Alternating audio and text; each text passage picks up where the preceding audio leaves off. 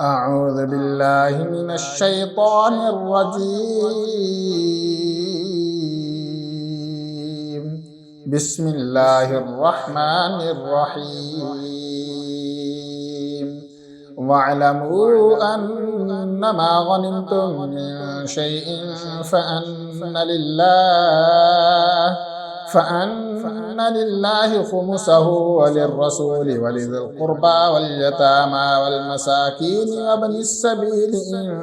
كنتم آمنتم بالله وما أنزلنا على عبدنا يوم الفرقان يوم التقى الجمعان والله على كل شيء قدير. إذ أنتم بالعدوة الدنيا وهم بالعدوة القصوى والركب أسفل منكم ولو تواعدتم لاختلفتم في الميعاد ولكن ليقضي الله أمرا كان مفعولا ليهلك من هلك عن بينة ويحيى من حج عن بينة وإن الله لسميع عليم. إذ يريكهم الله في منامك قليلا ولو أراكهم كثيرا لفشلتم ولتنازعتم في الأمر ولكن الله سلم إنه عليم بذات الصدور. وإذ يريكموهم إذ التقيتم في أعينكم قليلا ويقللكم في أعينهم ليقضي الله أمرا كان مفعولا وإلى الله ترجع الأمور. يا أيها الذين آمنوا إذا لقيتم فئة فاثبتوا واذكروا الله كثيرا لعلكم تفلحون. وأطيعوا الله ورسوله ولا تنازعوا فتفشلوا وتذهب ريحكم واصبروا إن الله مع الصابرين. ولا تكونوا كالذين خرجوا من ديارهم بطرا ورئاء الناس ويصدون عن سبيل الله والله بما يعملون محيط. وإذ زين لهم الشيطان أعمالهم وقال لا غالب لكم اليوم من الناس وإني جار لكم فلما تراءت الفئتان نكص على عقبيه وقال إني بريء منكم إني أرى ما لا ترون إني أخاف الله والله شديد العقاب. إذ يقول المنافقون والذين في قلوبهم مرض غر هؤلاء دينهم ومن يتوكل على الله فإن الله عزيز حكيم. ولو ترى إذ يتوفى الذين كفروا الملائكة يضربون وجوههم وأدبارهم وذوقوا عذاب الحريق ذلك بما قدمت أيديكم وأن الله ليس بظلام للعبيد.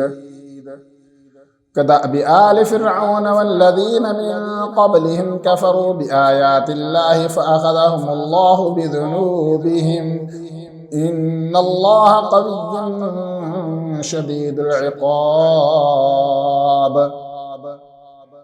ذلك بأن الله لم يكن مغيرا نعمة أنعمها على قوم حتى يغيروا ما بأنفسهم وأن الله سميع عليم. كدأب آل فرعون والذين من قبلهم كذبوا بآيات ربهم فأهلكناهم بذنوبهم وأغرقنا آل فرعون وكل كانوا ظالمين. إن إن شر الدواب عند الله الذين كفروا فهم لا يؤمنون الذين عاهدت منهم ثم ينقضون عهدهم في كل مرة وهم لا يتقون فإما تثقفنهم في الحرب فشرد بهم من خلفهم لعلهم يذكرون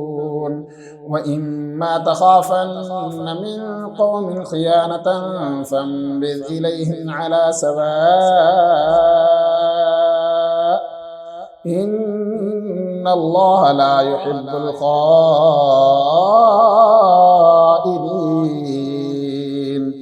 ولا يحسبن الذين كفروا سبقوا إنهم لا يعجزون وأعدوا لهم ما استطعتم من قوة ومن رباط الخيل ترهبون به عدو الله وعدوكم وآخرين من دونهم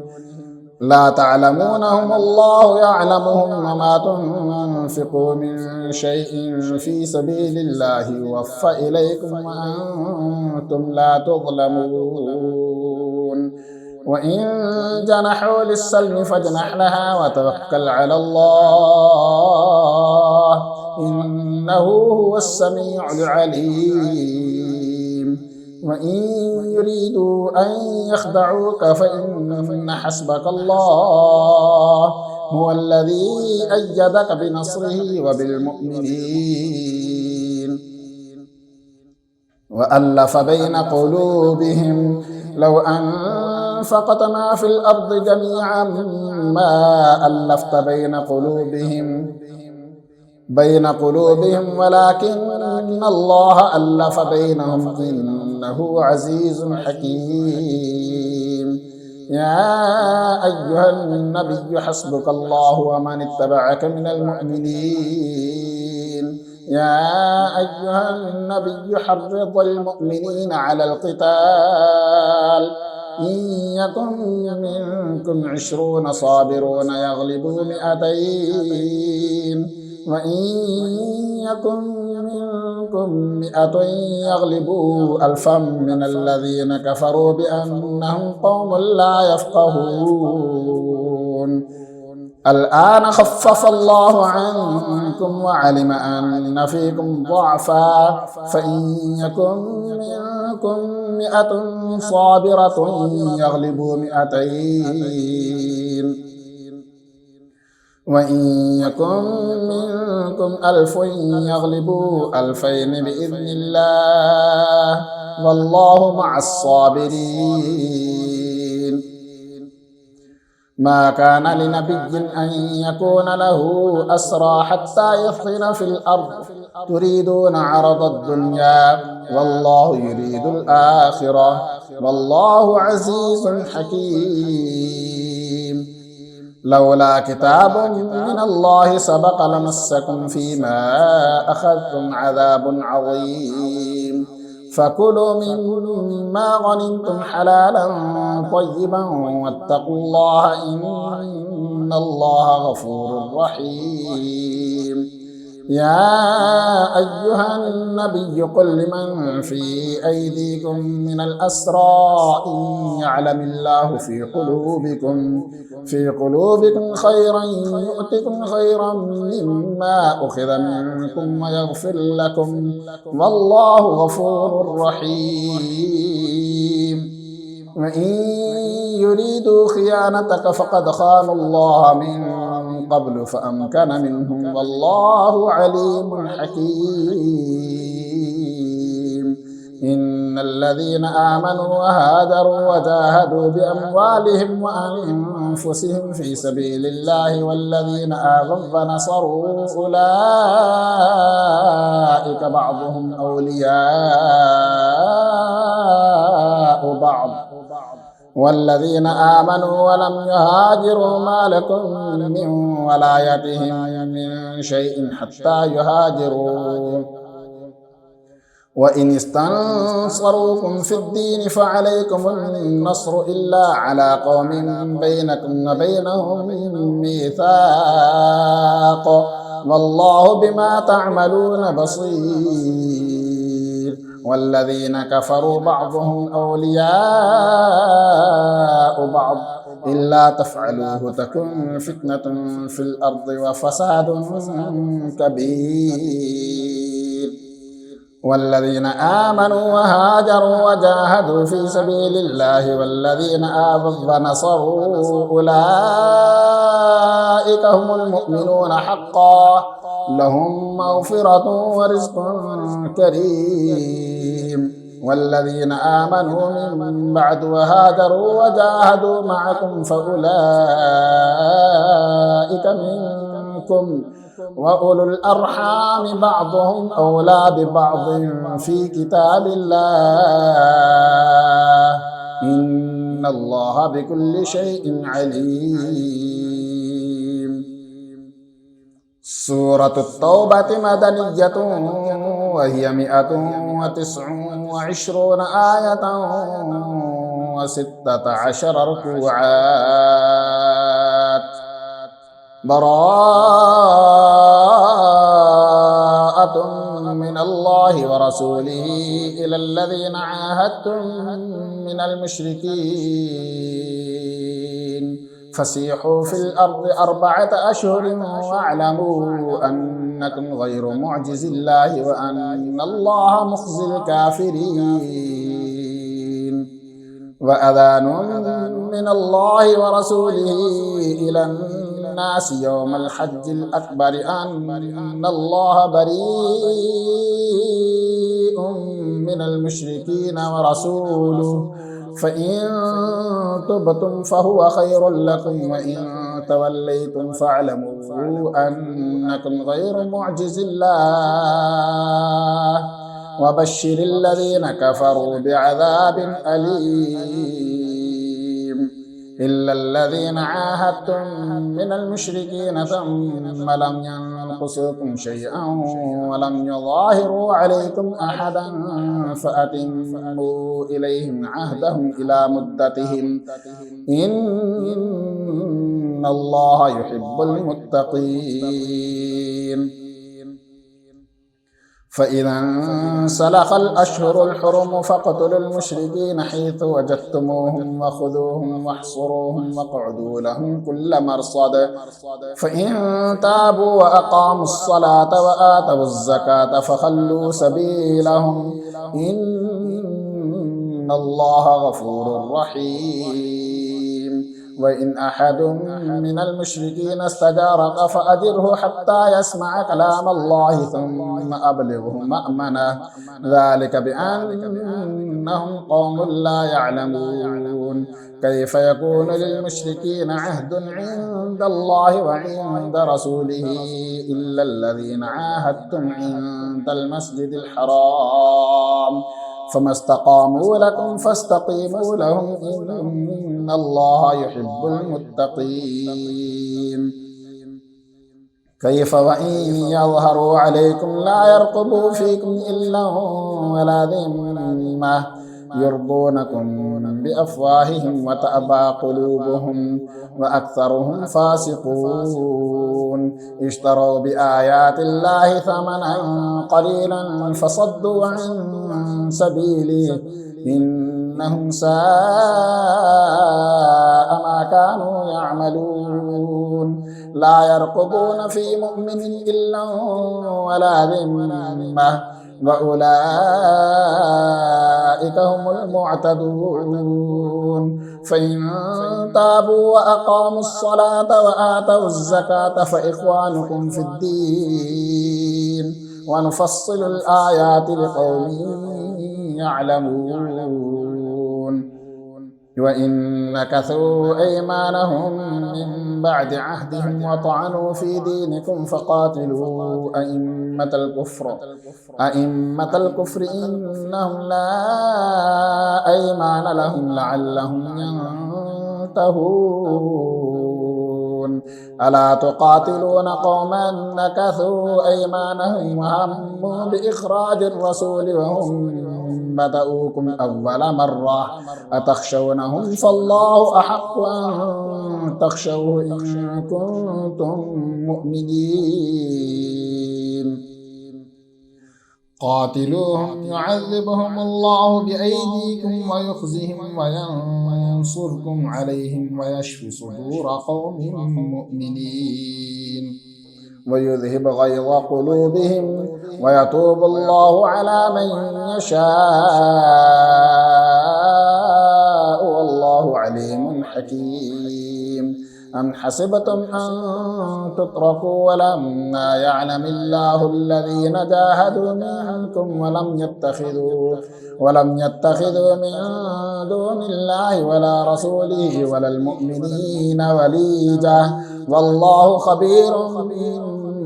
بما تعملون. ما كان للمشركين أن يعمروا مساجد الله شاهدين على أنفسهم بالكفر أولئك حبطت أعمالهم وفي النار هم خالدون. إنما يعمر مساجد الله من آمن بالله واليوم الآخر وأقام الصلاة وآتى الزكاة ولم يخش إلا الله فعسى أولئك أن يكونوا من المهتدين. أجعلتم سقاية الحاج وعمارة المسجد الحرام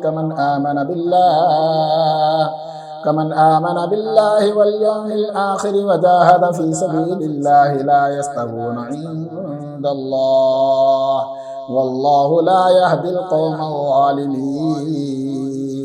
الذين آمنوا وهاجروا وجاهدوا في سبيل الله بأموالهم وأنفسهم أعظم درجة عند الله وأولئك هم الفائزون.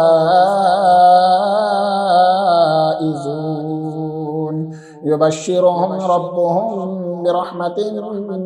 منه ورضوان وجنات لهم فيها نعيم مقيم خالدين فيها أبدا إن الله عنده أجر عظيم. يا أيها الذين آمنوا لا تتخذوا آباءكم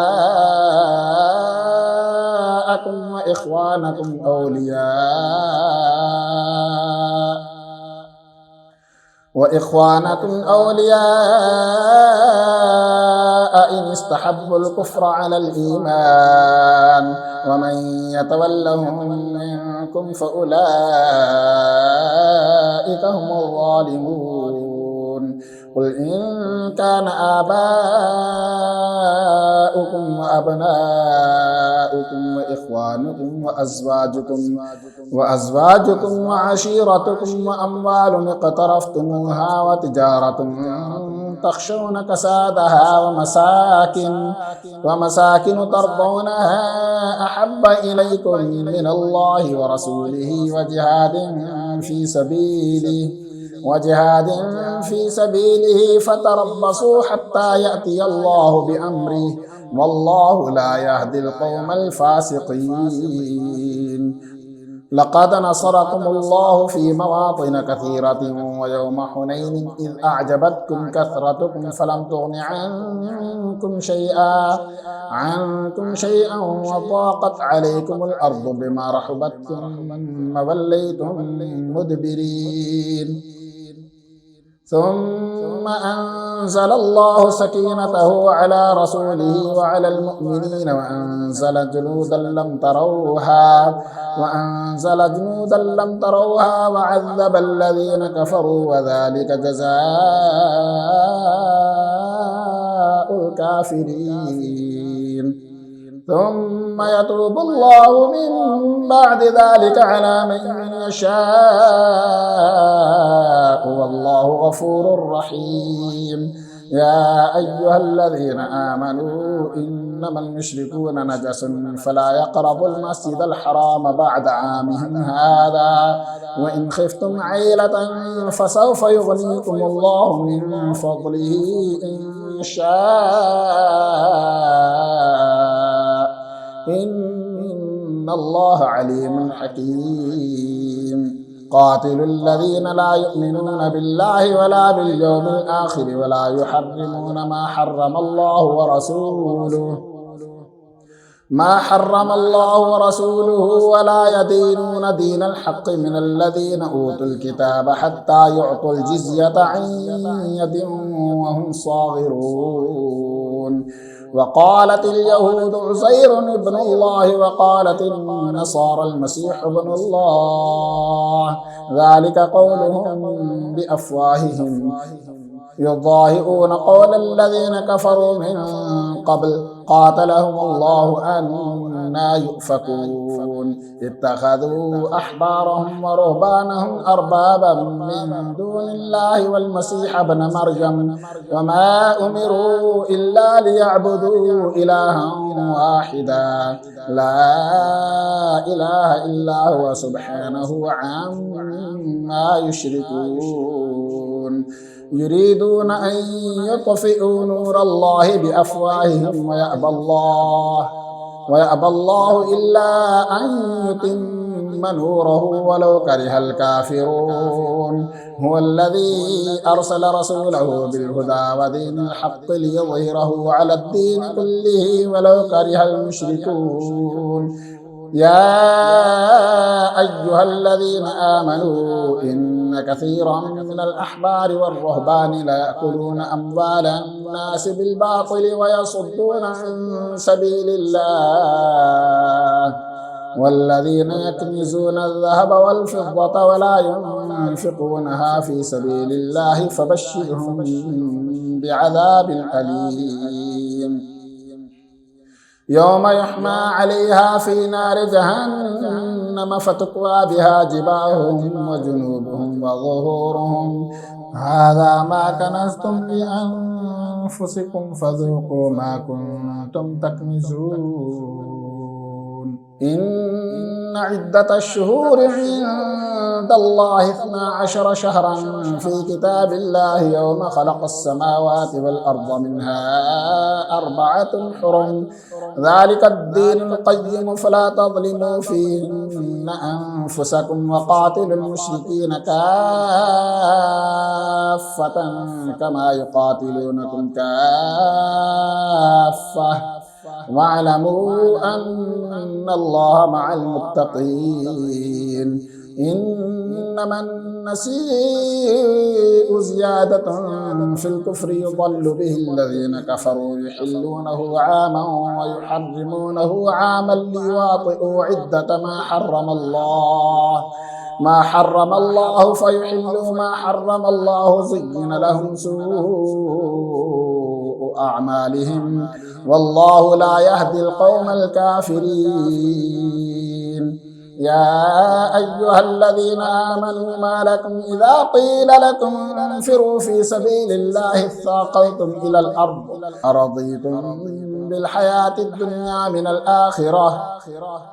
فما متاع الحياة الدنيا في الآخرة إلا قليل. إلا تنفروا يعذبكم عذابا أليما ويستبدل قوما غيركم ولا تضروه شيئا والله على كل شيء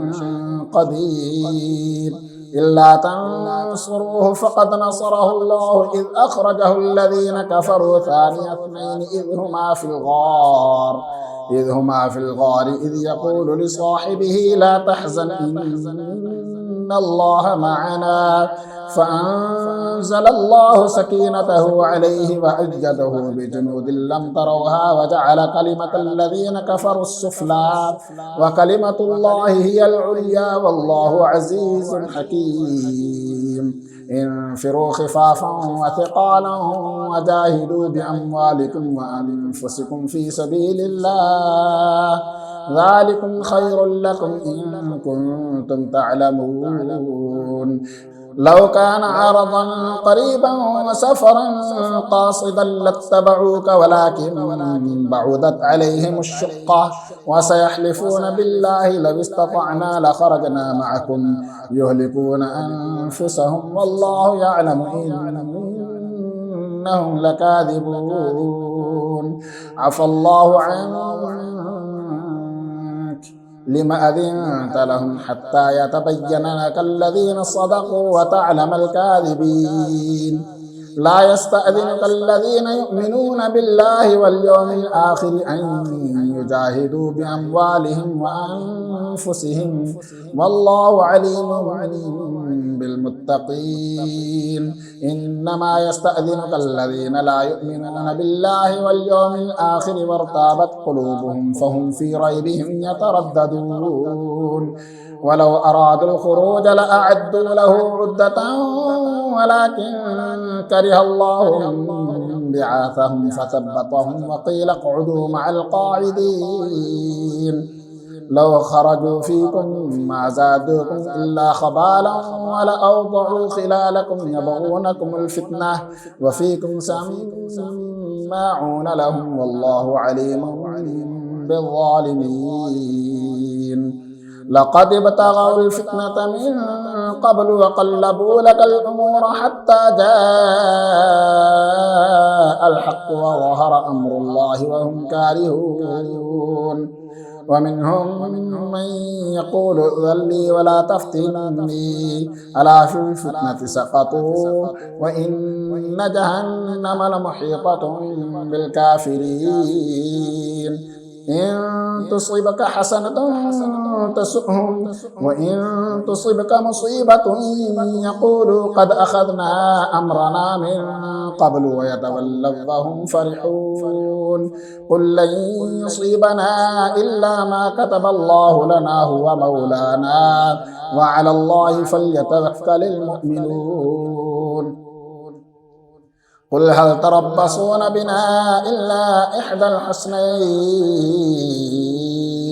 ونحن نتربص بكم إلا أن يصيبكم الله بعذاب من عنده أو بأيدينا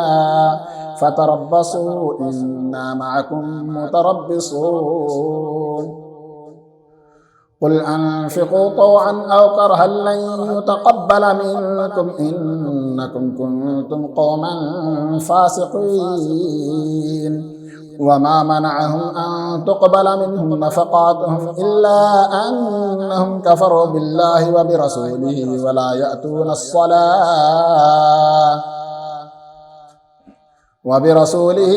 يأتون الصلاة إلا وهم كسالى ولا ينفقون إلا وهم كارهون فلا تعجبك أموالهم ولا أولادهم إنما يريد الله ليعذبهم بها في الحياة الدنيا وتزهق أنفسهم وهم كافرون ويحلفون بالله إنهم لمنكم وما هم منكم ولكنهم قوم يفرقون لو يجدون ملجأ أو مغارات أو مدخلا لولوا إليه وهم يجمحون ومنهم من يلمزك في الصدقات فإن أعطوا منها رضوا وإن لم يعطوا منها إذا هم يسخطون ولو أنهم رضوا ما آتاهم الله ورسوله وقالوا حسبنا الله سيؤتينا الله من فضله ورسوله إنا إلى الله راغبون إنما الصدقات للفقراء والمساكين والعاملين عليها والمؤلفة قلوبهم وفي الرقاب والغارمين وفي سبيل الله وابن السبيل فريضة من الله والله عليم حكيم ومنهم الذين يؤذون النبي ويقولون هو أذن قل أذن خير لكم يؤمن بالله ويؤمن للمؤمنين ورحمة للذين آمنوا منكم والذين يؤذون رسول الله لهم عذاب أليم يحلفون بالله لكم يرضوكم والله ورسوله أحق أن يرضوه إن كانوا مؤمنين ألم يعلموا أنه من يحادد الله ورسوله فأن له نار جهنم خالدا فيها ذلك الخزي العظيم يحذر المنافقون أن تنزل عليهم سورة تنبئهم بما في قلوبهم قل استهزئوا إن الله مخرج ما تحذرون ولئن سألتهم ليقولن إنما كنا نخوض ونلعب قل أبالله وآياته ورسوله كنتم تستهزئون لا تعتذروا قد كفرتم بعد إيمانكم إن نعف عن طائفة منكم نعذب طائفة بأنهم كانوا مجرمين المنافقون والمنافقات بعضهم من بعض يأمرون بالمنكر وينهون عن المعروف ويقبضون أيديهم نسوا الله فنسيهم إن المنافقين هم الفاسقون وعد الله المنافقين والمنافقات والكفار نار جهنم خالدين فيها هي حسبهم ولعنهم الله ولهم عذاب مقيم كالذين من قبلكم كانوا أشد منكم قوة وأكثر أموالا وأولادا فاستمتعوا بخلاقهم فاستمتعتم بخلاقكم كما استمتع الذين من قبلكم بخلاقهم وخضتم كالذي خاضوا أولئك حبطت أعمالهم في الدنيا والآخرة وأولئك هم الخاسرون ألم يأتهم نبأ الذين من قبلهم قوم نوح وعاد وثمود وقوم إبراهيم وأصحاب مدين والمؤتفكات أتتهم رسلهم بالبينات فما كان الله ليظلمهم ولكن كانوا أنفسهم يظلمون والمؤمنون والمؤمنات بعضهم أولياء بعض يأمرون بالمعروف وينهون عن المنكر ويقيمون الصلاة ويؤتون الزكاة ويطيعون الله ورسوله أولئك سيرحمهم الله إن الله عزيز حكيم وعد الله المؤمنين والمؤمنات جنات تجري من تحتها الأنهار خالدين فيها ومساكن طيبة في جنات عدن ورضوان من الله أكبر ذلك هو الفوز العظيم يا أيها النبي جاهد الكفار والمنافقين واغلظ عليهم ومأواهم جهنم وبئس المصير يحلفون بالله ما قالوا ولقد قالوا كلمة الكفر وكفروا بعد إسلامهم وهموا بما لم ينالوا وما نقموا إلا أن أغناهم الله ورسوله من فضله فإن يتوبوا يك خيرا لهم وإن يتولوا يعذبهم الله عذابا أليما في الدنيا والآخرة وما لهم في الأرض من ولي ولا نصير ومنهم من عاهد الله لئن آتانا من فضله لنصدقن ولنكونن من الصالحين فلما آتاهم من فضله بخلوا به وتولوا وهم معرضون فأعقبهم نفاقا في قلوبهم إلى يوم يلقونه بما أخلفوا الله ما وعدوه وبما كانوا يكذبون ألم يعلموا أن الله يعلم سرهم ونجواهم وأن الله علام الغيوب الذين يلمسون المتطوعين من المؤمنين في الصدقات والذين لا يجدون إلا جهدهم فيسخرون منهم سخر الله منهم ولهم عذاب أليم استغفر لهم أو لا تستغفر لهم، إن تستغفر لهم 70 مرة فلن يغفر الله لهم، ذلك بأنهم كفروا بالله ورسوله، والله لا يهدي القوم الفاسقين. فرح المخلفون بمقعدهم خلاف رسول الله وكرهوا أن يجاهدوا بأموالهم وأنفسهم في سبيل الله،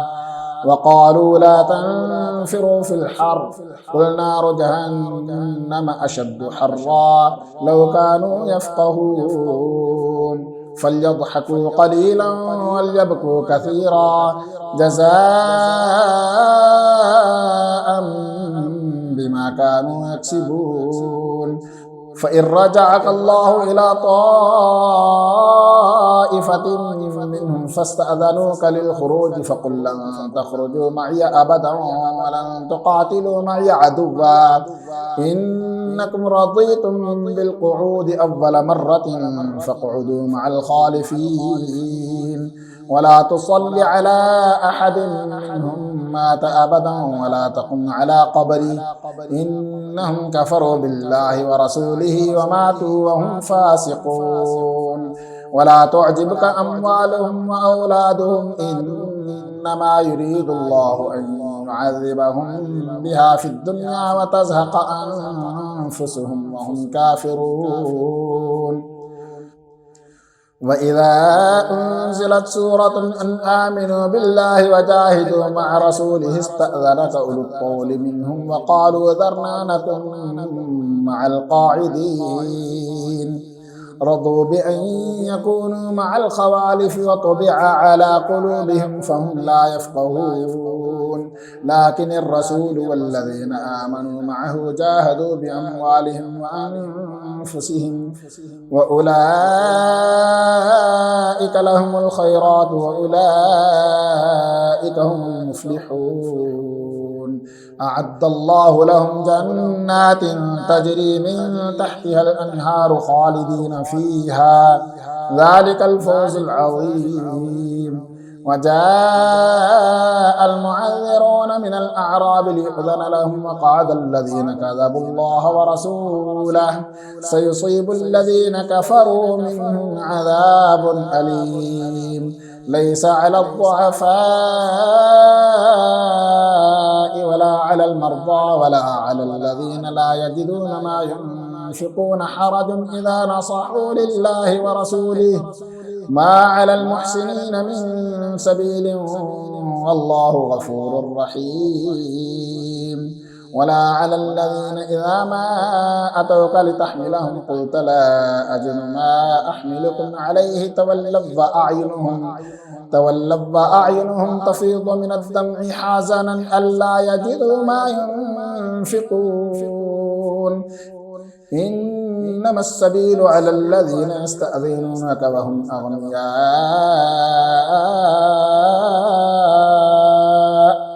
رضوا بأن يكونوا مع الخوالف وطبع الله على قلوبهم فهم لا يعلمون. صدق الله العظيم.